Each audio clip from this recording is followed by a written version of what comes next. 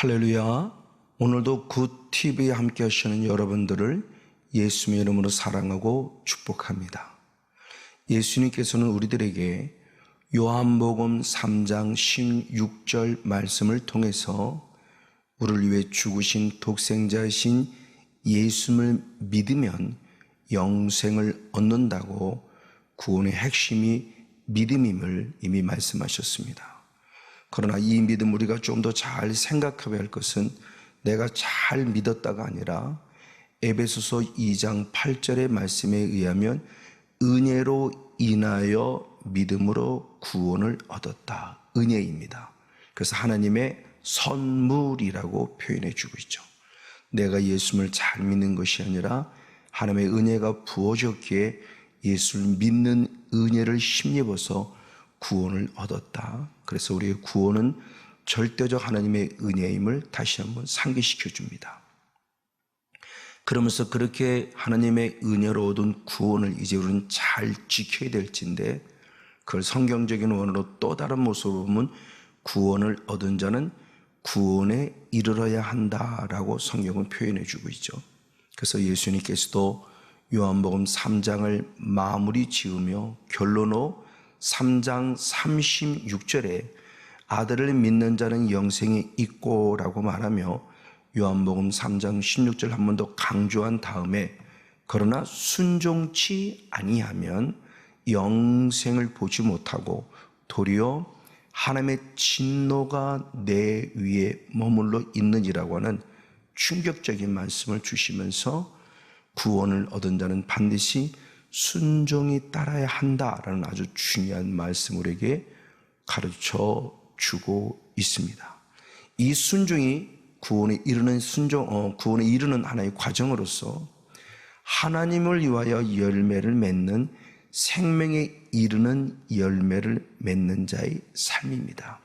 그래서 사도 바울도 로마서 7장 4절의 말씀에 나를 위해 죽으셨고 나를 위해 살아난 자에게로 가까이 예수 그리스도에 가는 자는 하나님을 위하여 열매를 맺게 하게 하겠다라는 아주 중요한 말씀을 주세요.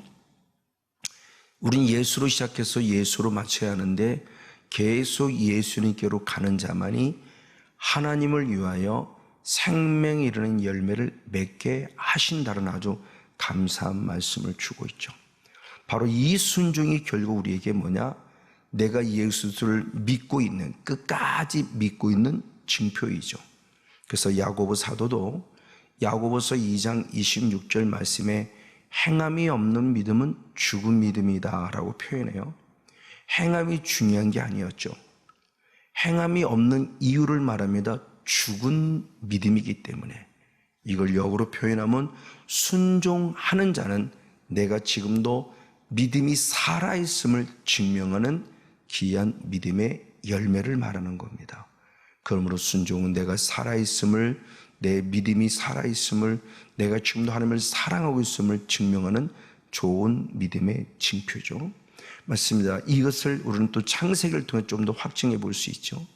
하나님은 먼저 아담과 하와를 창조할 때 창세기 1장 27절에 하나님의 형상을 따라 아담과 하와를 만드셨다 그래요. 그러면 그 하나님의 형상은 무엇일까요? 역시 이어서 창세기 2장 7절의 말씀에 보니 하나님이 사람을 흙으로 만드셨어요. 그리고 그 코에 생기입니다. 이 생기가 하나님의 호흡, 하나님의 기운, 하나님의 영이 우리에게 들어왔고 그때 아담과 하와는 산영이 되었다라는 아주 중요한 말씀을 하죠. 이에 사도 바울도 그 말씀을 그대로 똑같이 인용해서 고린도전서 15장 45절의 말씀에 기록된 바, 즉 창세기 2장 7절을 기록했다고 하는 겁니다. 하나님 말씀을 인정하면서 첫사람 아담은 산 영이고 마지막 아담은 살려주는 영이다. 즉 살려주는 영이신 하나님, 예수님, 성령님이 우리에게 하나님의 영을 공급해 주심으로 우리가 산 영이 되었다. 즉 하나님의 형상은 하나님의 형상의 본질이 영입니다. 그래서 요한복음 4장 24절에도 하나님은 영이시니 그랬어요. 그 영의 본질이 우리 안에 들어왔기에 살려주는 영이신 예수님을 통해서 우리도 산 영이 되었다. 즉 하나님의 형상의 본질이 영적인 존재에 대한 부분을 가르쳐주고 있습니다. 그러면서 아담과 하와는 창조해 놓고 하나님을 잘 믿었기 때문에 에덴 동산에 거한 것이 아니라 창조하는 순간부터 하나님의 형상 아들과 딸이 되었기에 구원받은 백성으로 탄생해서 하나님 나라를 예표해 주고는 에덴 동산에 거하는 거룩한 축복을 얻었죠. 그리고 그들에게 축복을 줍니다. 창세기 1장 28절에 복을 주시되 생육하라 번성하라 충만하라. 이걸 육으로 보면은 아기 많이 낳아서 빨리빨리 번성하라는 의미겠지만 우린 지금 영을 다루고 있기에 영적으로 본다면 생육 번성 충만은 결국 성령 충만 받아라는 말씀을 우리가 한번 해석할 수 있습니다. 그리고 이어서 사명을 줍니다. 역시 창세기 1장 28절 하반절에 보면 충만하라 뿐만 아니라 이제는 정복하라 그리고 다스리라는 아주 중요한 사명을 줘요. 성령 충만했으면 정복을 해야 되고 다스려야 된다는 겁니다. 그리고 이어서 창세기 2장 15절에 하나의 더 사명 명령을 주셨으니 지키라라는 명령을 주세요. 정복하고 다스리라는 이 의미와 지켜라는 의미는 뭔가 좀 다른 의미를 가지고 있는 것 같아요. 그래서 정복하다는 카바시라는 원어가 이스라엘 백성들의 가나안의 그 싸움들을 얘기할 때 정복하는 과정 속에 필요한 단어들이었어요. 그러니까 뭔가 정복할 대상이 있다는 거죠. 그 대상은 누굴까요? 당연히 사단입니다. 그런가 반면에 지키라 그랬어요. 지키라는 것은 빼앗기지 말라는 거죠. 그렇죠? 무엇으로부터? 사단으로부터 우리에게 주어진 하나님의 은혜, 능력, 축복, 하나님의 나라 뺏기지 말라는 겁니다. 그래서 이렇게 믿음을 잘 지켜서 칭찬받은 한 교회가 있으니 필라델비아 교회죠. 그래서 계시록 3장 8절 말씀 하반절을 보면은 능력은 적어요. 근데 믿음을 지켰다.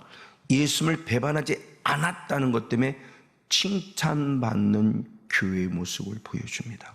마지막 때 우리에게도 하나님이 똑같이 적용시켜 주실 것입니다. 뺏긴다는 의미에 대한 부분을 우리가 잘 한번 살펴볼 수 있는데 사단의 특징이 뭐냐? 요한복음 10장 10절의 말씀에 보면 도적질하고 죽이고 멸망시키는 자예요. 대표적으로 누가복음 8장 12절 말씀에 하나님의 나라를 예표하고 하나님의 나라를 비유로 설명할 때 길가밭이 있다. 근데 그 길가밭에서 말씀을 들었으니 예수 그리스도는 믿음 안에 선 것이다. 근데 그때 누가 등장하느냐? 마귀가 등장한다. 마귀가 등장해서 무엇하느냐? 말씀을 빼앗는다. 왜 말씀을 빼앗느냐? 구원 얻지 못하게 하려고 라는 아주 충격적인 얘기를 해요. 사단의 존재가 우리들에게 와서 죄를 범하게 하고 말씀을 빼앗아서 병이나 들게 하고 문제를 일으키는 차원으로 끝남이 아니라 결국 마지막에는 구원받지 못하게 하려고 끊임없이 우리를 미혹하고 유혹하고 있다는 대표적인 말씀으로서 빼앗기지 말라는 겁니다. 구원의 은혜 빼앗기면 안 되고요. 기도의 분량 뺏기면 안 되고요. 하나님의 주신 능력 뺏기면 안 되고요. 말씀도 빼앗기면 안 되고요. 건강도 빼앗기지 말라. 그래서 지키라라고 말씀했다는 차원이에요. 그러면서 하나님은 아담과 하와에게 또 다른 충격적인 경고의 음성을 줍니다. 이어서 창세기 2장 17절의 말씀을 통해서 보면은 선악을 알게 하는 나무의 열매를 먹지 마라. 먹으면 정령 죽으리라 해요. 죽으라는 원어가 무투라는 원어인데 정령이라는 원어도 무투예요. 죽는다는 걸 강조한 겁니다. 우리는 지금 의미적으로 풀어서 정령 죽으라 그랬지. 그런 말씀이죠. 근데 이걸 직역하면은 선악을 알게 하는 나무를 먹으면 죽는다라는 말씀을 두 번씩이나 반복하면서 죽는다는 것에 대한 강조점을 두며 우리에게 정신 바짝 차리라고 말씀하고 있습니다. 즉 하나님은 생육하고 번성하고 충만하는 축복도 주셨고 생명나무죠, 대표적으로. 그런데 주님은 또한 말씀하고 있습니다.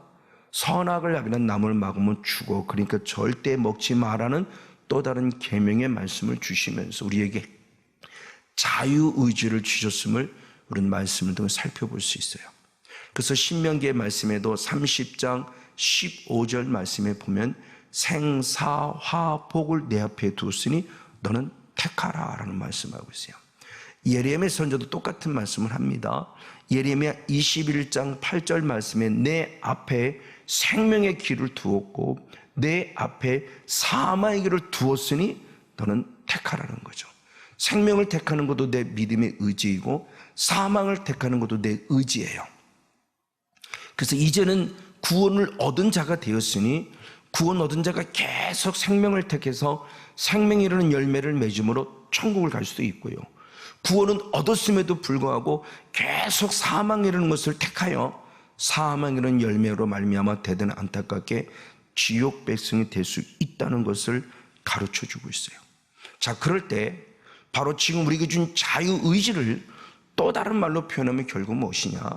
로마서 2장 14절의 말씀을 통해서 보면은 우리들의 본성이라고 표현해요. 특별히 율법이 없는 이방인들의 본성, 그것이 자기에게 율법이 된다 그래요. 스스로 율법이 되재요.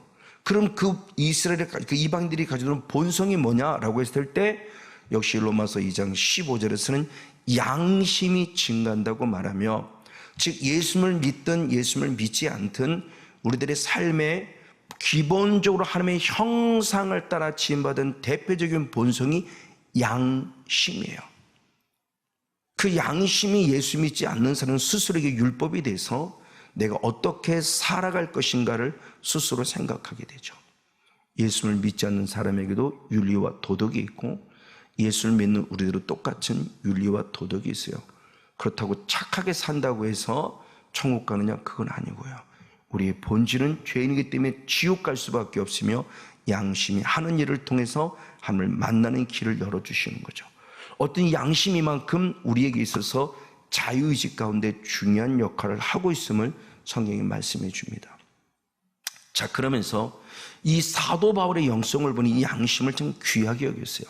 그래서 디모데후서 1장 19절의 말씀에 우리 믿음과 착한 양심을 가지라 라고 말하며 믿음과 양심이 같이 가야 될 거는 부분을 잘 표현해 주고 있어요. 대표적으로 사도 바울 스스로가 자기를 간증할 때 사도행전 23장 1절 말씀에 나는 양심을 따라 하나님을 섬겼다 표현해요. 우리들의 일반적인 언어 사용이라면 나는 믿음으로 주님을 섬겼습니다 이렇게 표현해야 되는데 양심을 따라 하나님을 섬겼다고 표현해요. 이게 과연 무슨 의미를 가질까요? 예수를 믿는 우리들에게는 믿음을 따라 믿음으로 말미암아 충분히 이해가 되지만 예수를 믿지 않는 사람은 믿음 자체를 지금 인식하지 못하기 때문에 그들이 충분히 이해할 수 있는 단어 양심을 사용하면서 나는 양심을 따라, 이게 하나님의 형상이죠. 우리 안에 하나님의 형상으로 지어준 본성입니다.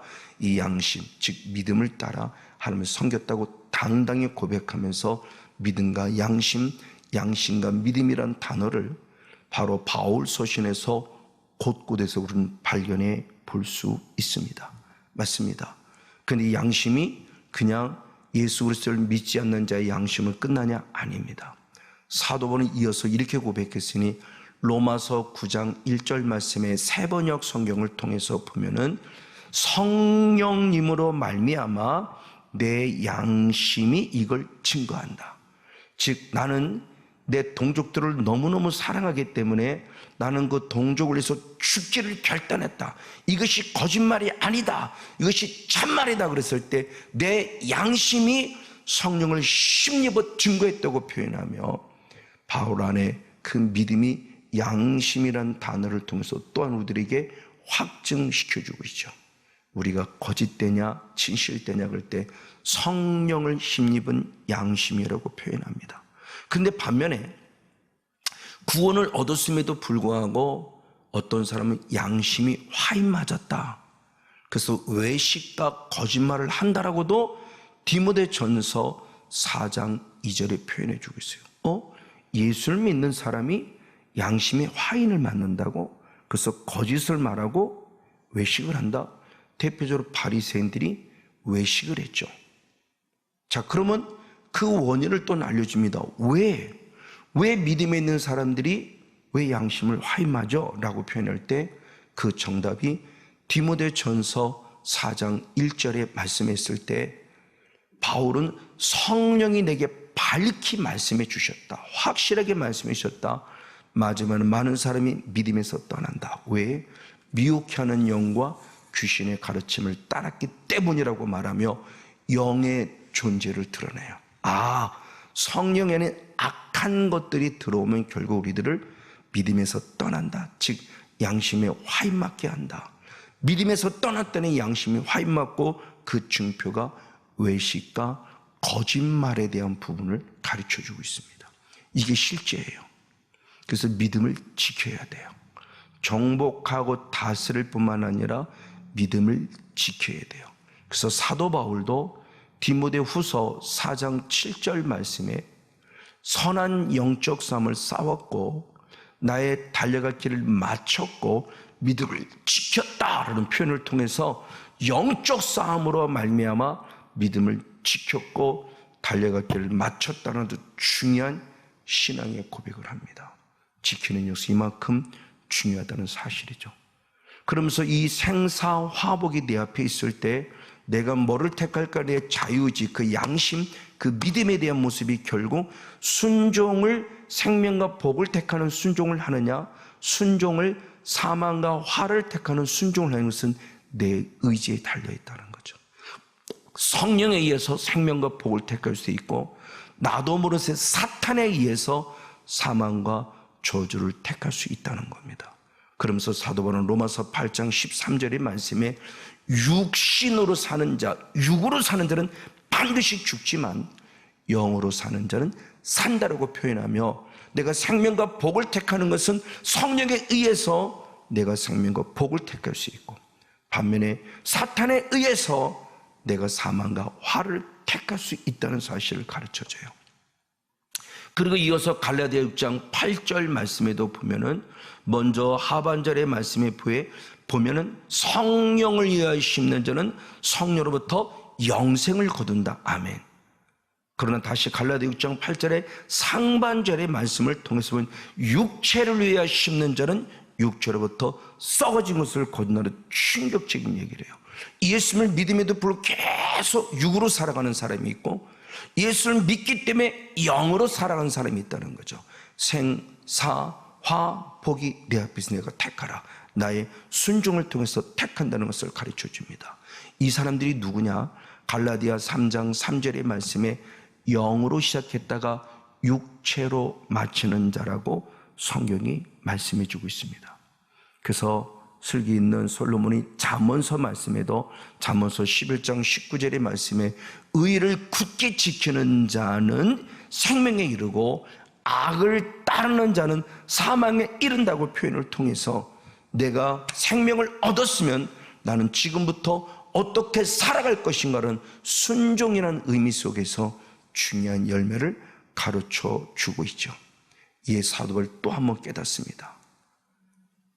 로마서 7장 21절 말씀에 선을 행하기 원하는 내 안에 악도 함께 공존하던 충격적인 영적 원리를 깨달으며 내 안에서는 25절의 말씀에 하나님의 법을 섬겼고 내 안에 악은 죄의 법을 섬겼다고 하는 충격적인 일하면서 예수를 믿음에도 불구하고 내가 이렇게 살아가고 있다는 사실에 대해서 그런 아주 중요한 영적 원리를 알려줘요. 그럼 왜 이런 일들이 벌어질까요? 성경은 분명히 말합니다. 사도 바울이 말함에 있어서 분명히 하나님의 생명이 이르는 계명, 즉 창세기 바로 2장 17절 말씀에 선악을 알게 하는 나무 열매를 못 죽는다라는 말씀을 분명히 생명의 말씀을 주셨어요. 근데 사탄은 이걸 선악을 나무 열매를 먹으면 오히려 창세기 3장 5절 말씀에 하나님과 동등되진다는 말씀으로 변질시켰어요. 그래서 사도 바울은 로마서 7장 10절의 말씀에 생명에 이르게 할 계명이 사망에 이르게 하는 계명이 되고 말았다는 탄식하는 말씀을 보게 됩니다. 맞습니다. 이것들이 지금도 실제로 우리 안에 이루어지고 있어요. 우린 보면 아담과 하와는 처음부터 구원받은 백성으로 태어났다고 그랬죠. 근데 사탄에게 속고 에덴을 떠나는 순간부터 어떻게 타락했냐? 로마서 5장 12절 말씀에 한 사람 아담이 죄를 범함으로 사망이 왔는데 그 결과 흐름이 이제는 모든 사람이 동일하게 죄를 범함으로 사망에 이르렀다는 거예요. 대표적으로 가인이요. 구원자로서 예배를 드리며 하나님께 영광을 돌렸음에도 불구하고 그 예배는 연락되지 않았고 사망에 이르렀어요. 왜? 그래서 사도 요한이 정답을 찾죠. 요한에서 3장 12절의 말씀에 가인은 악한 자에게 속했기 때문이다라고 말해요. 충격입니다. 악한 자에게 속했대요. 또한 우리는 엘리성의 도와드리는 홈리와 비나스도 알고 있습니다. 홈리와 비나스는 사무엘상 2장 12절의 말씀에 엘리의 두 아들은 불량자라. 지금 바뀌어진 개역 개정성은 행실이 나쁜 자다. 여호와를 알지 못하더라 아니하더라. 제사장인데 하나님을 알지 못한데 불량자래요. 이게 뭐지? 단순히 행실이 나쁜 자? 그거 아니요. 조금 더 원어를 보면 킹제임스 흠정역본을 통해서 보면은 엘리의 두 아들은 벨리알의 아들들이다 그래요. 그럼 벨리알이 뭡니까? 고린도후서 6장 15절의 말씀에 그리스도와 벨리알이 조화가 될 수 없다 그랬대. 그 벨리알은 사탄의 또 다른 별칭이에요. 그래서 벨리알을 현대인 성에는 마귀라고 표현했어요. 맞아요. 이게 우리들 속에 실제라는 사실이에요. 잘 알고 있듯이 마태복음 23장 33절의 말씀에 보면 바리새인들을 독사의 새끼들아 라고 주님이 책망했어요. 그 독사는 누구를 말합니까? 사탄을 상징하죠. 누구보다 하나님을 잘 믿는 사람들 같은데 독사의 자식으로 타락하고 말았고 결국 사망에 이르는 열매를 맺었다는 것을 성경이 말하고 있다는 사실이에요. 디모데후서 1장 19절 20절 말씀에도 알렉산더와 후메노우가 믿음과 양심을 버림으로 사탄에게 내어 주었다라는 단어를 통해서 오늘 우리에게 영의 세계 실제들이 계속 우리의 머물러서 우리를 사망에 이르는 열매를 맺고 있다는 사실을 가르쳐 주고 있다는 사실입니다. 이에 사도 바울은 이제 사망에서 생명으로 바꿔갈 수 있는 축복의 영적 비밀을 발견합니다. 그래서 로마서 8장 2절의 말씀을 쓸 때 생명의 성령의 법이 죄와 사망의 법과 싸워 이겨서 나를 해방한다는 아주 중요한 영적 원리를 아는 영적 싸움의 원리를 말해요. 이 죄와 사망의 법은 결국 뭐냐? 내 안에 남아있는 예수를 믿음에도 불구하고 내 남아있는 옛사람의 찌꺼기예요. 예수를 믿기 이전에 있었던 옛사람의 흔적이 여전히 지금 내게 남아 있습니다. 이 찌꺼기를 제거해야 되는 거죠. 그래서 로마서 6장 6절의 말씀에 옛사람을 십자가 함께 못 박아 죽여라. 그래서 다시는 죄의 종이 되지 말라고 말하며 옛사람을 제거해야 할 것을 말해요. 그럼 옛사람을 제거하려면 어떻게 될까요? 성령을 받아야 돼요. 그럼 성령은 어떻게 받나요? 사도행전 2장 38절 말씀의 대표로 회개하라. 죄사함 받으면 성령을 선물로 받으리라. 할렐루야. 그럼 그 성령을 회개할 때 성령을 받으면 어떻게 되나? 히브리서 9장 14절의 말씀에 성령으로 말미암아 예수 피로 인해서 죽은 양심이 다시 살아계신 주님을 섬길 수 있다고 표현하며 양심이 살아나는 기회를 주셔요.